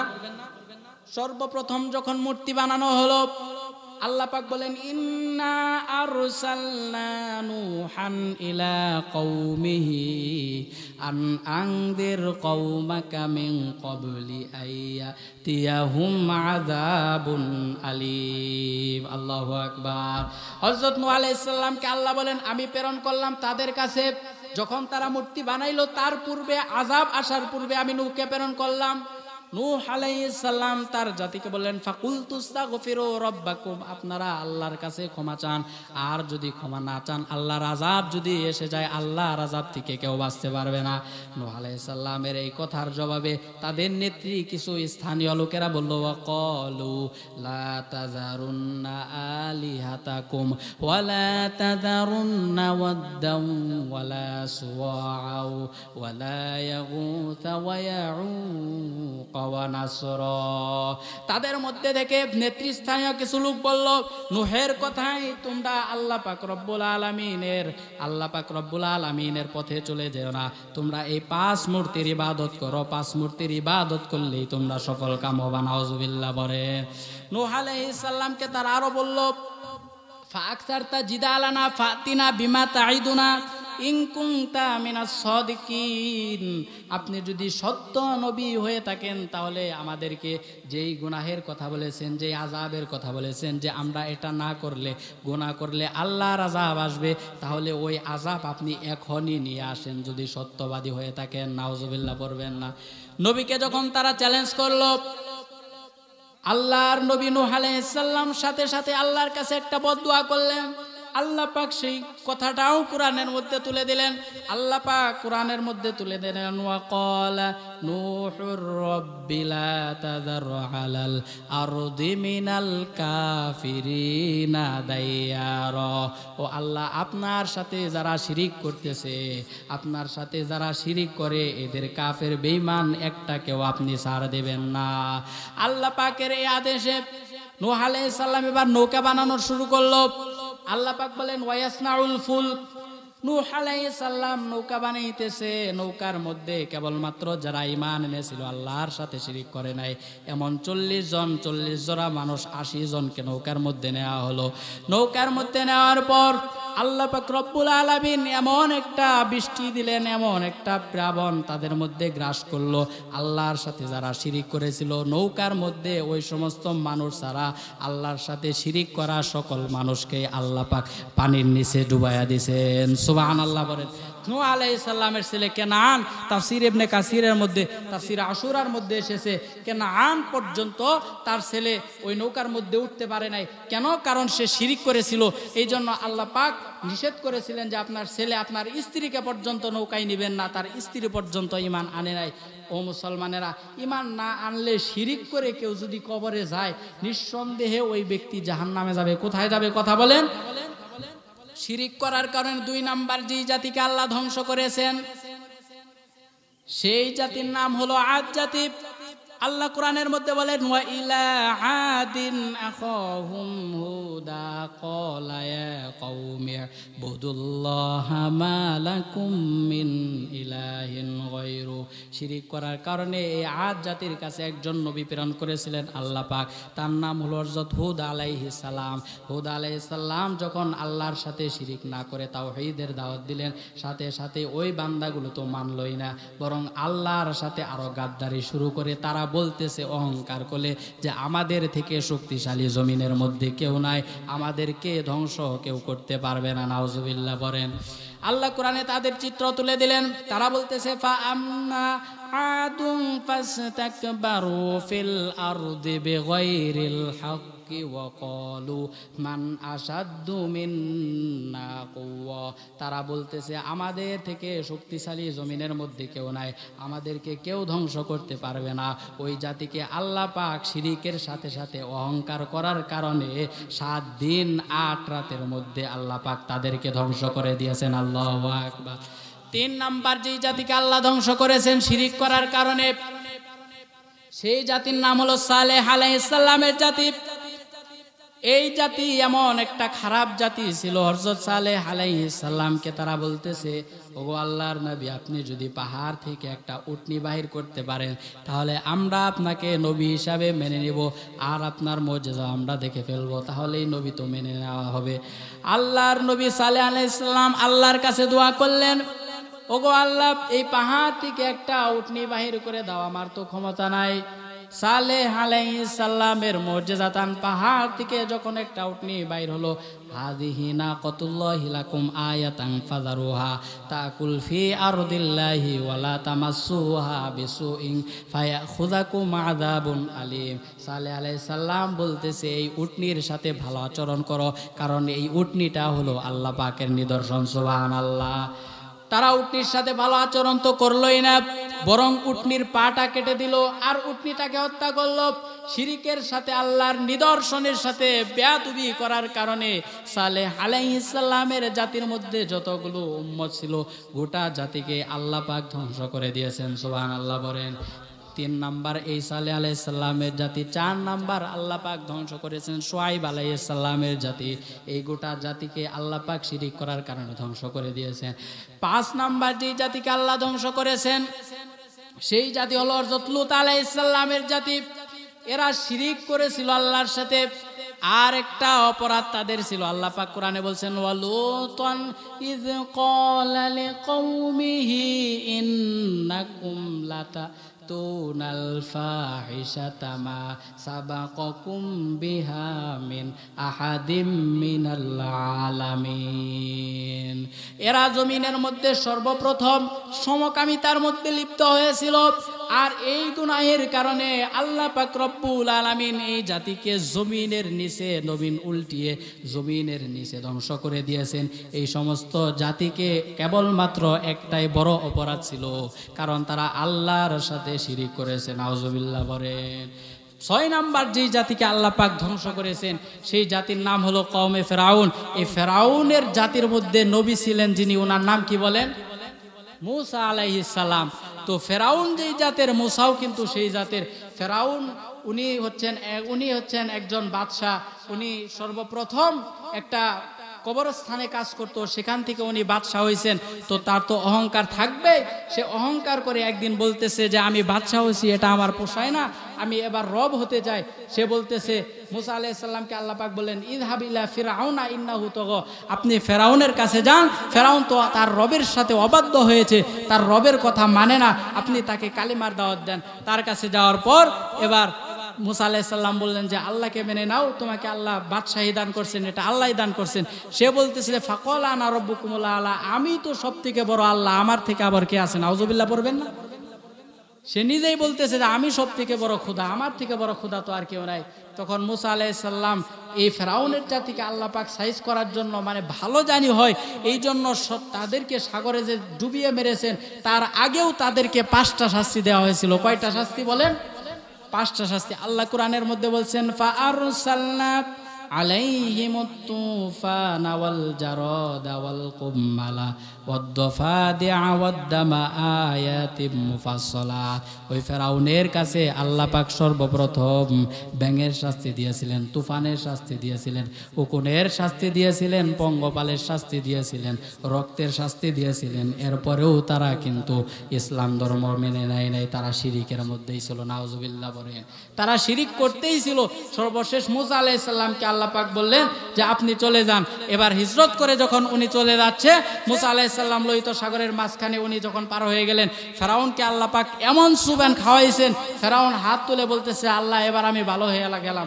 আমানতু আন্নাহু লা ইলাহা ইল্লাল্লাযী আমানাত বিহি বানু ইসরাঈল ওয়া আনা মিনাল মুসলিমিন। বানি ইসরাঈলরা যার প্রতি ঈমান আনছে তার প্রতি ঈমান আনলাম। আল্লাহ পাক সাথে সাথে জিবরাইলের মাধ্যমে তার মুখের মধ্যে কাদা ধরেছেন, কারণ সে যেন ঈমান না আনতে পারে। আল্লাহ পাক বলেন আল আনা ওয়া কাদ আসাইতা ক্বাবলু ওয়া কুনতা মিনাল মুফসিদিন।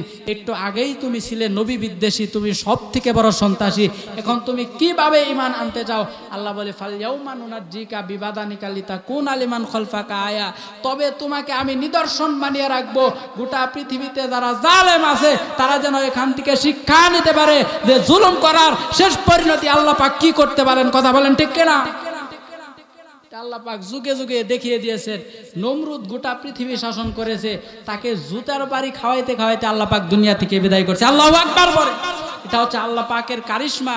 আল্লাহ পাক আপনাকে ক্ষমতা দিতে পারেন, ক্ষমতা দিলেই যে আপনার সম্মান হবে বিষয়টি এমন নয়। কিয়ামতের দিন 3 নাম্বার যেই মানুষ আফসোস গুলো বেশি করবে সেটা হচ্ছে শিরিক নিয়ে যাওয়ার আফসোস। এই শিরিক যদি নিয়ে যান কিয়ামতের দিন হাজার হাজার আফসোস আপনাদেরকে করতে হবে। শিরিক নিয়ে গেলে আপনার জান্নাত নাই। আল্লাহ পাক বলেন ইন্নাহু মাই ইউশরিক বিল্লাহি ফাকাদ হারামাল্লাহু আলাইহিল জান্নাতা ওয়া মাওয়াহুন নার। তাদের জন্য জান্নাতকে হারাম করে দিয়েছি যারা আমার সাথে শিরিক করবে, আর তাদের স্থান হবে ওয়া মাওয়াহুন নার, আর তাদের স্থান হবে জাহান্নাম, তারা জাহান্নামের মধ্যে যাবে। সুবহানাল্লাহ বলবেন না? অতএব আল্লাহর সাথে শিরিক করা যাবে? কথা বলেন। মাজারের মধ্যে শিরিক চলে না? মাজারের মধ্যে অনেকে গিয়ে সন্তান চাই, সন্তান দেওয়ার মানে কি মাজারওয়ালা নাকি আল্লাহ? বলেন। আল্লাহ পাক সন্তান দিবে। আল্লাহ পাক বলছেন লিল্লাহি মুলকুস সামাওয়াতি ওয়াল আরদি ইয়াখলুকু মা ইয়াশা ইয়াহাবু লিমান ইয়াশাউ ইনাতাও ওয়া ইয়াহাবু লিমান ইয়াশাউ যুকুর আও ইউযাওয়িজুহুম যুকরানা ওয়া ইনাতা ওয়া ইয়াজআলু মান ইয়াশাউ হাকিমা। আল্লাহ বলছেন আল্লাহ পাক যদি কাউকে চায় তাকে কন্যা সন্তান দান করে, আর যদি কাউকে চায় তাহলে তাকে পুত্র সন্তান দান করে, আর যদি কাউকে চায় পুত্র কন্যা দুইটাই দান করে। ওয়াজআলু মান ইয়াশাউ হাকিমা। আর যদি কাউকে চায় তাকে আল্লাহ পাক বন্ধ অবস্থায় রেখে দিতে পারেন। এই সমস্ত শক্তি কার কাছে? কথা বলেন। আল্লাহর কাছে কিনা বলেন? এই সব কিছু আল্লাহর কাছে। অতএব বাজারে গিয়ে শিরিক করে আপনার জীবনটা ধ্বংস করে দিয়েন না।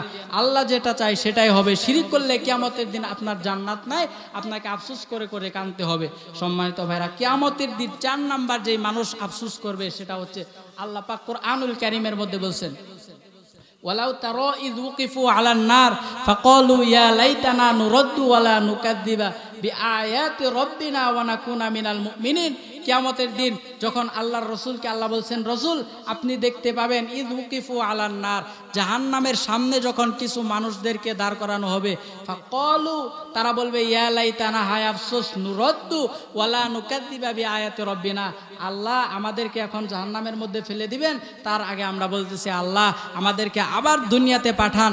আপনারা বলেন তখন কি আল্লাহ দুনিয়াতে আবার পাঠিয়ে দিবে? আপনি যতই আবেদন করেন আল্লাহর কাছে, আল্লাহ আপনাকে পাঠাবে না। তারা তখন দুইটা আফসোস করবে, বলবে আল্লাহ দুনিয়াতে পাঠাইলে দুইটা কাজ করব। কি করব? ওয়ালা নুকাদ্দিবা বি আয়াতি রব্বিনা, দুনিয়াতে যেইগুলো সত্য ছিল সেগুলোকে সত্য জানবো, যেগুলো মিথ্যা ছিল সেগুলোকে মিথ্যা জানবো। কোরআন হাদিস এগুলো সত্য ছিল, যেটা বিধান আমার ভালো লাগে নাই সেটা আমি অস্বীকার করেছি, আর অস্বীকার করব না। আল্লাহ আমাদেরকে আবার দুনিয়াতে পাঠান। এরকম আল্লাহর বিধান যদি কেউ অস্বীকার করে, আয়াত যদি অস্বীকার করে, আল্লাহ পাক এদের শাস্তি কি হবে আল্লাহ আগে জানিয়ে দিচ্ছেন না? কথা বলেন। আল্লাহ পাক বলছেন ইন্নাল্লাযীনা কাযযাবু বিআয়াতিনা ওয়াস্তাকবারু আনহা লা তুফাত্তাহু লাহুম আবওয়াবুস সামাই ওয়া লা ইয়াদখুলুনাল জান্নাতা হাত্তা ইয়ালিজাল জামালু ফি সাম্মিল খিয়াত। আল্লাহ বলছেন নিঃসন্দেহে যারা আমার আয়াত সমূহকে অস্বীকার করবে, আল্লাহ বলছেন তাদের জন্য আসমানের দরজা খোলা হবে না, লা তুফাত্তাহু লাহুম আবওয়াবুস সামা ওয়া লা ইয়াদখুলুনাল জান্নাহ, আর এই ব্যক্তিরা জান্নাতেও প্রবেশ করবে না, হাত্তা ইয়ালিজাল জামালু ফি সাম্মিল খিয়াত, যতক্ষণ পর্যন্ত না সূচের ভিতর দিয়ে একটা উট প্রবেশ করে। আপনারা বলেন উটের ভিতর দিয়ে কি, সূচের ভিতর দিয়ে কি উট প্রবেশ করা সম্ভব নাকি? বলেন। সূচের ভিতর দিয়ে উট প্রবেশ যতক্ষণ না করবে ততক্ষণ পর্যন্ত এই ব্যক্তিরা জান্নাতে যাবে না, যারা আল্লাহ পাকের আয়াত সমূহকে অস্বীকার করেছে। এটা তো আল্লাহ আগেই জানিয়ে দিয়েছেন। এখন আফসোস করে আল্লাহ আয়াত সমূহ অস্বীকার করবে না, আবার দুনিয়াতে আসতে চাইলে আল্লাহ কি পাঠাবেন দুনিয়াতে? কথা বলেন। এবার তারা দুই নাম্বার বলবে আমাদেরকে দুনিয়াতে পাঠাইলে আমরা ওনা কুনা মিনাল মুমিনিন, আমরা পরিপূর্ণ মুমিন হয়ে আসব। আপনারা বলেন যদি কোনো মুমিন ব্যক্তি মারা যায় তাহলে ওই ব্যক্তির জন্য সুসংবাদ আল্লাহ কোরআনে আগেই দিয়ে দিয়েছে কিনা? বলেন। আল্লাহ পাক বলছেন ওয়াবাশশিরিল্লাযীনা আমানু ওয়া আমিলুস সলিহাতি আন্না লাহুম জান্নাতিন তাজরি মিন তাহতিহাল আনহার। ইয়া রাসূলুল্লাহ, ইয়া হাবিবাল্লাহ, আপনি আপনার উম্মতদেরকে জানায়া দেন তাদের মধ্যে যারা ঈমানদার, যারা মুমিন, তারা এমন জান্নাতে যাবে যে জান্নাতের তলদেশ দিয়ে নহর প্রবাহিত হয়, আর ওই জান্নাত থেকে তাদেরকে বের করা হবে না। খালিদিনা ফিহা, আল্লাহ বলছেন ওই জান্নাতের মধ্যে তারা চিরকাল থাকবে। সুবহানাল্লাহ বলেন। তাহলে আপনি যদি তখন আফসোস করে বলেন যে আল্লাহ আবার দুনিয়াতে পাঠান, আয়াত সমূহ স্বীকার করব না, মুমিন হয়ে আসব, তখন কি আসার সুযোগ আছে? কিন্তু এখনই যদি আপনি আফসোস করে বলেন যে আল্লাহর আয়াত, আল্লাহর বিধান যখনই বলা হবে ক্বালা রাসূলুল্লাহ ক্বালা আল্লাহু তাআলা, তখনই মেনে নেন। আর আপনি যদি এখনই মুমিন হয়ে আপনার কবরের মধ্যে যেতে পারেন তাহলে আপনার জন্য জান্নাত আছে কিনা? বলেন। কিন্তু তখন আবার দুনিয়াতে আল্লাহ পাঠানোর জন্য আপনাকে মুমিন হওয়ার জন্য সুযোগ দিবে না, তখন শুধু ফেরেশতাদের মাইর চলবে। কি চলবে? ফেরেশতাদের মাইর চলবে। এটা হচ্ছে 4 নাম্বার আফসোস বান্দারা দুনিয়াতে থেকে চলে যাওয়ার পর কবরের মধ্যে করতে থাকবে। সম্মানিত ভাইরা, 5 নাম্বার আফসোস যেটা কিয়ামতের দিন বান্দারা করতে থাকবে, আল্লাহ রাব্বুল আলামিন কুরআনুল কারীমের মধ্যে বলছেন ইয়াউমা তুকাল্লাবু উজুহুহুম ফিন্নার ইয়াকুলুনা ইয়া লাইতানা আতা'নাল্লাহা ওয়া আতা'নার রাসূলা। সেদিন জাহান্নামের আগুনের মধ্যে, শিকের মধ্যে যখন তাদেরকে ঢুকিয়ে দেওয়া হবে, তাদেরকে চেহারা যখন গ্রিল বানানো হবে, মুরগি যেমন ঘুরে আর পুরে, তখন বান্দাদেরকে যখন এরকম পুরা হবে তখন সেগুলো আফসোস করে বলবে ইয়াকুলুনা ইয়া লাইতানা আতা'নাল্লাহা ওয়া আতা'নার রাসূলা। আজকে যদি আমরা আল্লাহ এবং তার রাসূলের কথা মানতাম, দুনিয়ার কোনো ভণ্ডের কথা না শুই না, কোনো আজে বাজে কোনো মানুষের কথা না শুনে আল্লাহ এবং আল্লাহর রাসূল যেটা বলেছেন সেটা শুনতাম, তাহলে হয়তো বা আজকে আল্লাহর জাহান্নামে আসা লাগতো না। সম্মানিত ভাইরা, আজকে আমরা অনেক পিসাব ধরি যারা সারাদিন একটা সুন্নত পালন করে না। সেই পিসাব কিয়ামতের দিন আপনার সামনে উপস্থিত হবে, তখন আপনি কিয়ামতের দিন কি বলবেন? আল্লাহ কোরআনের মধ্যে বলেছেন, আল্লাহ বলছেন ওয়াকালু রব্বানা ইন্না আতা'না সাদাতানা ওয়া কুবারানা ফাআদাল্লুনা সাবিলা রব্বানা আতিহিম দি'ফাইনি মিনাল আযাব। তারা কিয়ামতের দিন গোমরা অনুসারী, তারা বলবে আল্লাহ আমরা এই সমস্ত পিসাবদের অনুসরণ করে জাহান্নামের মধ্যে এসেছি, আল্লাহ এবং তার রাসূলের কথা আমরা মানি নাই। যখন এই কথা তারা বলবে তখন আল্লাহর কাছে তারা আবেদন করবে, আল্লাহ আপনি যেহেতু আমাদেরকে জাহান্নামের মধ্যে দিবেন, তাহলে আমাদেরকে আপনার একটা আবেদন আমাদের মেনে নিতে হবে। সেটা কি আল্লাহ কোরআনের মধ্যে তুলে দিয়েছেন, রব্বানা আতিহিম দিফাইনি মিনাল আযাব। তারা বলবে যাদের কারণে আজকে আমরা জাহান্নামের মধ্যে যাব, আমাদেরকে জাহান্নামে যাওয়ার কারণে যেই শাস্তি দিবেন, আমাদের পীর সাহেবদেরকে আরো ডবল শাস্তি দিবেন। আল্লাহু আকবার। এবার তারা দ্বিতীয় নাম্বার বলবে, যাদের কারণে আমরা জাহান্নামে যাইতেছি, আপনি তাদেরকে আমাদের সামনে এনে দেন। তাহতা আকদামিনা লিয়াকুনা মিনাল আসফালিন। আপনি তাদেরকে আমাদের সামনে এনে দেন, আমরা তাদের বুকের উপরে পাড়া দিয়ে এরপরে আল্লাহ পাকের জাহান্নামের মধ্যে প্রবেশ করব। নাউজুবিল্লাহ বলে।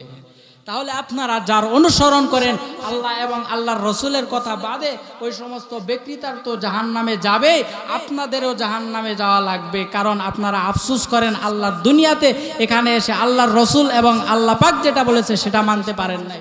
এই জন্য আপনাদেরকে আফসোস করা লাগবে। হায় হায়, কাদের অনুসরণ আমরা করলাম, যাদের অনুসরণ করার কারণে আজকে আমরা জাহান্নামে যেতে হচ্ছে। এবং জাহান্নামের মধ্যে আপনি যাবেন তো যাবেন, আর আফসোসও করতে থাকবেন। এটা আল্লাহ কোরআনে আগেই তুলে দিয়েছেন। সম্মানিত ভাইরা, আর মাত্র একটা আফসোসের কথা বলবো, এরপরে শেষ করে দেবো ইনশাআল্লাহ। কিয়ামতের দিন যখন বান্দাদেরকে ডান হাতের মধ্যে আমলনামা দেওয়া হবে, তখন বান্দারা বলবে আম্মা মান উতিয়া কিতাবাহু বিয়ামিনি ফায়াকুলু হা উমকরাউ কিতাবিয়া। ডান হাতের মধ্যে যখন আমলনামা দেওয়া হবে, সাথে সাথে তারা আনন্দ চিত্রে বলবে এটা কেমন আমলনামা।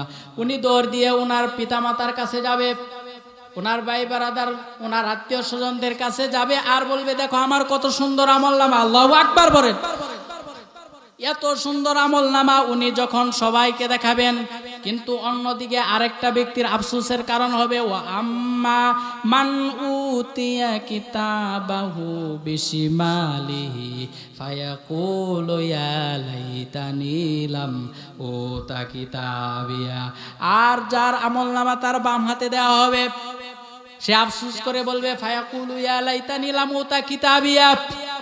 আজকে যদি আমার আমলনামা না দেওয়া হতো, ওয়ালাম আদরিমা হিসাবিয়া, আর যে হিসাব আজকে আমাকে নেওয়া হলো, এই হিসাব যদি আমার না নেওয়া হতো, মা আগনা আন্নি মালিয়া।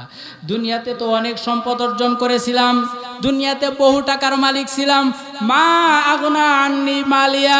আজকে সেই সম্পদ আমার কোনো কাজে আসতেছে না। হালাকা আন্নি সুলতানিয়া। দুনিয়াতে অনেক ক্ষমতা অধর ছিলাম, দুনিয়াতে সমাজের মানুষ আমাকে অনেক সম্মান করত, অনেক ভালো কিছু জানতো, কিন্তু আজকে সেই সম্মানও আমার ধ্বংস হয়ে গেল।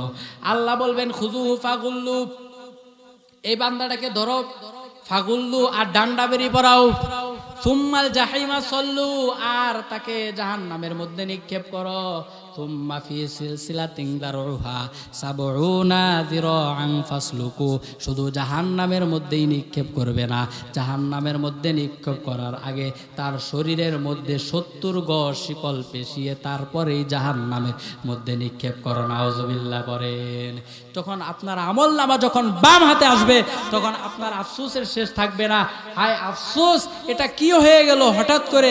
আজকে দুনিয়াতে আমি আপনাকে বলি, আজকে দুনিয়াতে সাধারণ একটা পরীক্ষা, এসএসসি পরীক্ষাতে আপনি যদি কম মার্ক পান, এরপরে আপনি যদি আফসোস করেন যে এর সামনে পরীক্ষায় আমি ভালো করব, অবশ্যই আমি নিঃসন্দেহে বলতে পারি আলিম পরীক্ষা অথবা আপনি ইন্টার পরীক্ষার মধ্যে এর থেকে ভালো করার সম্ভাবনা আছে কিনা বলেন। কিন্তু আপনি যখন কিয়ামতের দিন আফসোস করবেন, হায় আর একটু ভালো করতে পারতাম, আল্লাহ দুনিয়াতে পাঠাও, আল্লাহ কি পাঠাবে? কথা বলেন। তাহলে আমি এই 6টা আবার রিপিট করতেছি, আপনারা সম্মানিত ভাইরা আপনারা মুখস্থ করে নেন, এখনই শেষ করে দেব। 1 নাম্বার যেটা বলেছিলাম সেটা হচ্ছে যে মানুষেরা আফসোস করবে যে আমাদের সময়টা আমরা কিভাবে কাজে খাটাইলাম। আজকে আমাদের সময়টা তো আমরা ঠিকভাবে কাজে খাটাইতে পারি নাই, আমরা তো আমল ভারী করতে পারি নাই, এই জন্য তারা আফসোস করতে থাকবে। 2 নাম্বার যে আফসোস তারা করবে সেটা হচ্ছে তারা আফসোস করতে থাকবে যে গুনাহ নিয়ে কবরে কিভাবে আসলাম, গুনাহ মাফের এত অফার আল্লাহ পাক দিয়েছিলেন, কিন্তু এই গুনাহ তো আমরা মাফ করতে পারি নাই। আর 3 নাম্বার আফসোস তারা করতে থাকবে, তারা বলতে থাকবে হায় হায় একটা অপরাধ তো ছিল, কিন্তু শিরিকটা যদি না নিয়ে আসতাম তাহলে হয়তো আজকে পার পাওয়া যাইত। শিরিক নিয়ে কবরে যাওয়ার কারণে তারা আফসোস করতে থাকবে। আর 4 নাম্বার হচ্ছে তাদেরকে জাহান্নামের মধ্যে দাঁড় করানো হবে, আর তারা বলবে যে আমরা মুমিন হতে পারলাম না কে। আফসোস করে তারা তখন মুমিন হতে যাবে, কিন্তু মুমিন হওয়া কিন্তু সম্ভব নয়। আর 5 নাম্বার যেটা বলেছি সেটা হচ্ছে তারা আল্লাহ এবং তার রসুলের কথা না মেনে দুনিয়ার আজে বাজে পিসাব মুরব্বীদের কথা শুনে ওনাদের জীবনটা ধ্বংস করে দিয়েছেন আল্লাহ ছাড়া অন্যের নামে সেজদা দিয়ে।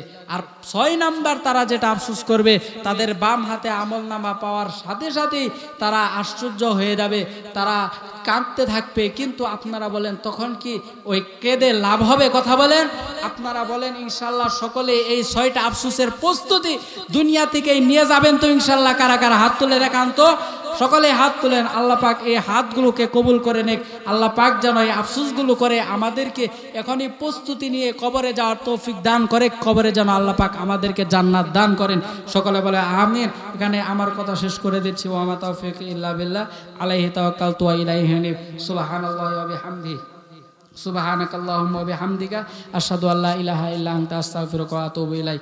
আসসালামু আলাইকুম ওয়া রাহমাতুল্লাহি ওয়া বারাকাতুহু।